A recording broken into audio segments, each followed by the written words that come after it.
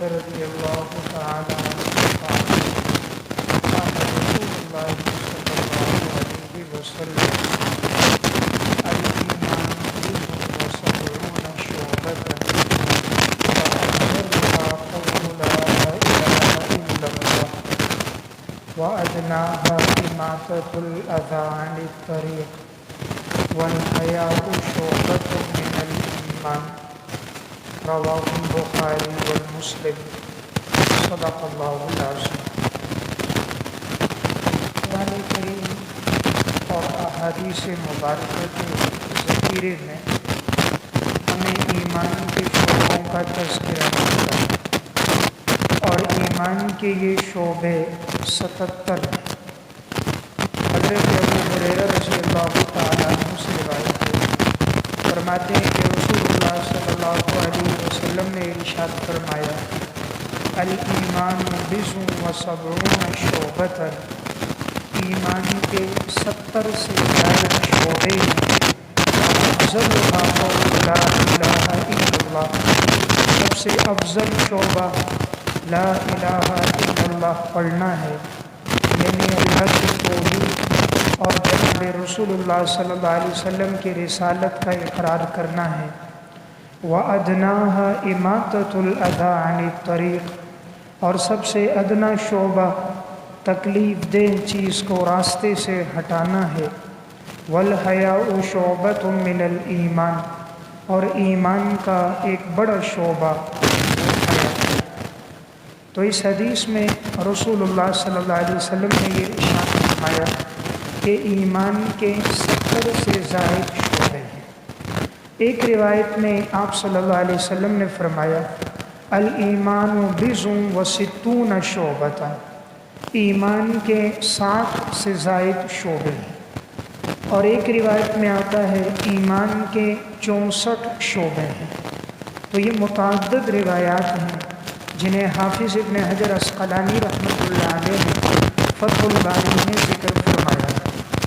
اب یہ ایمان کے کتنے شعبے بنتے ہیں، تو چونکہ یہ جو روایت ہے الایمان بضع وسبعون شعبۃ کہ ایمان کے 70 سے زائد شعبے ہیں، اس کا جو راوی ہے وہ ثقہ ہے اور وہ زیادتی نقل کر رہا ہے، اور محدثین کے ہاں اگر ثقہ راوی کوئی اضافہ نقل کرے تو وہ اضافہ قبول ہوتا ہے۔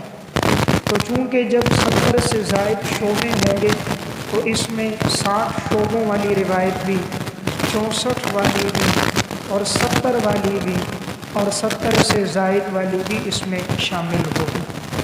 تو اب یہ ایمان کے کتنے شعبے ہیں، تو امام بیہقی رحمۃ اللہ علیہ متوفہ 458 ہجری کی کتاب ہے شعب الایمان، اس کتاب میں انہوں نے ایمان کے 77 شعبوں کا تذکرہ فرمایا، اور اس کتاب کا اختصار کیا ہے علامہ قزوینی رحمۃ اللہ علیہ نے، اور اس کا نام ہے مختصر شعب الایمان۔ تو امام بیہقی رحمۃ اللہ علیہ نے ایمان کے شعبوں کا تذکرہ فرمایا۔ یہ وہ شعبے ہیں کہ اگر کوئی انسان اس پر عمل کرے گا تو گویا کہ وہ پورے دین اسلام پر عمل کر رہا ہے۔ تو یہ نہایت اہمیت کے حامل شعبے ہیں۔ اب ان میں سب سے پہلا شعبہ وہ کیا ہے؟ سب سے پہلا شعبہ ہے اللہ تبارک و تعالیٰ پر ایمان لانا۔ ایمان کا سب سے پہلا شعبہ ہے اللہ تبارک و تعالیٰ پر ایمان لانا، جیسا کہ اس حدیث میں خود رسول اللہ صلی اللہ علیہ وسلم نے بیان فرمایا کہ ایمان کا سب سے افضل شعبہ وَأَفْضَلُهَا قَوْلُ لَا إِلَٰهَ إِلَّا اللَّهُ، سب سے افضل شعبہ اللہ تبارک و تعالیٰ کی توحید پر ایمان لانا ہے۔ انسان اس وقت تک مسلمان نہیں ہو سکتا جب تک وہ اللہ رب العزت کی ذات پر، اللہ رب العزت کی صفات پر اور اللہ کی وحدانیت پر ایمان لے کر نہ آئے۔ تو سب سے پہلا شعبہ اللہ تبارک و تعالیٰ کی ذات پر ایمان لانا ہے۔ اللہ رب العزت نے اپنی ذات کے دلائل کا تذکرہ قرآن کریم میں جا بجا کیا ہے، اپنے وجود کا تذکرہ، اپنے انعامات کا تذکرہ اور اپنی نعمتوں کا تذکرہ فرمایا، اور انسان کو یہ دعوت دی کہ کائنات کا جو اتنا بڑا نظام ہے وہ تیرا رب چلا رہا ہے اور کوئی اللہ کے ساتھ اس میں شریک نہیں۔ فرمایا امن خلق السماوات والارض وانزل لكم من السماء ماء، فرما دیجئے کون ہے جس نے آسمانوں اور زمینوں کو پیدا کیا، کون ہے جس نے آسمان سے پانی برسایا، فانبتنا به حدائق ذات بہجہ، کون ہے جس نے اس پانی سے تمہارے لیے باغات کو اگایا، بڑے خوبصورت اور پر رونق باغات۔ ما کان لکم ان تنبتوا شجرہا، نہیں ہے تمہاری طاقت کہ تم کسی درخت کو اگا سکو، انسان کی طاقت نہیں ہے وہ درخت اگا سکے، درخت تو دور کی بات، انسان ایک کونپل کو بھی نہیں اگا سکتا، ایک بیج کو کھاد کر اس بیج سے کوئی معمولی کونپل نکالنا، درخت کو پیدا کرنا، یہ انسان کے بس میں نہیں۔ فرمایا اِلٰہٌ مع اللہ، کیا اللہ کے ساتھ کوئی اور بھی معبود ہے؟ بل ہم قوم یعدلون، تم ایسے قوم ہو جو حد سے تجاوز کرنے والے ہو۔ امن جعل الارض قرارا، اللہ وہ ہے جس نے زمین کو تمہارے لیے بچھایا، زمین کو ٹھہرایا، پہاڑوں کو اس پر گاڑ دیا، وجعل خلالہا انہارا، اور زمین میں تمہارے لیے نہروں کو بہایا، وجعل لہا رواسیا، زمین کے ہلنے کو بند کرنے کے لیے کیلوں کی مانند پہاڑ کو مضبوط گاڑ دیا، وجعل بین البحرین حاجزا، اور دو سمندروں کے درمیان میں اللہ نے پردہ حائل کی، ایک طرف میٹھا سمندر ایک طرف نمکین سمندر، لیکن میٹھے کی مجال نہیں وہ نمکین میں شامل ہو جائے، نمکین کو یہ طاقت نہیں وہ میٹھے میں مل جائے، تو دونوں پانی ہیں، حالانکہ دونوں میں سیلان اور بہاؤ ہے، لیکن میٹھا کھارے میں کھارا میٹھے میں نہیں ملتا۔ اِلٰہٌ مع اللہ، کیا اللہ کے علاوہ اور بھی کوئی معبود ہے؟ بل اکثرهم لا يعلمون، تم میں اکثر لوگ جانتے نہیں ہیں۔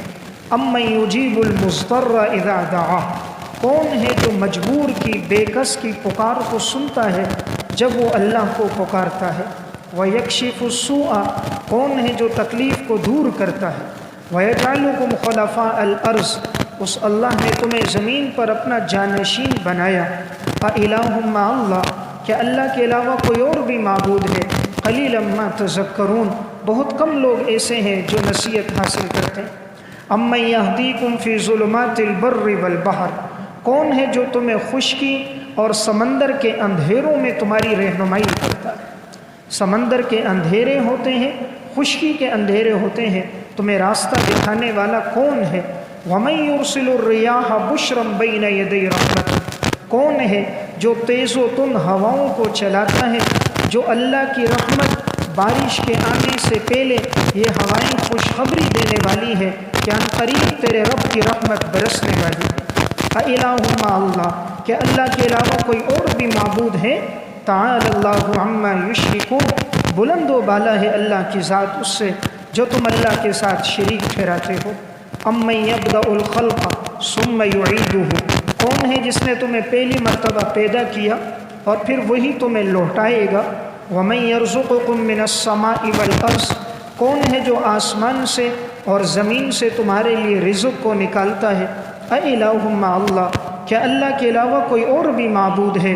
قُلْ هَاتُوا بُرْهَانَكُمْ إِن كُنتُمْ صَادِقِينَ، اگر کوئی ہے تو دلیل لے کر آؤ اگر تم لوگ اپنے دعوے میں سچے ہو۔ قُلْ لَا يَعْلَمُ مَن فِي السَّمَاوَاتِ وَالْأَرْضِ الْغَيْبَ إِلَّا اللَّهُ، نہیں جانتا آسمان اور زمین میں غیب کی کوئی بات سوائے اللہ کے، غیب صرف اللہ جانتا ہے، غیب کی بات نہ کسی نبی کو، نہ کسی فرشتے کو، نہ کسی ولی کو، نہ کسی قطب کو معلوم ہے، غیب کا علم صرف اور صرف اللہ کے پاس ہے۔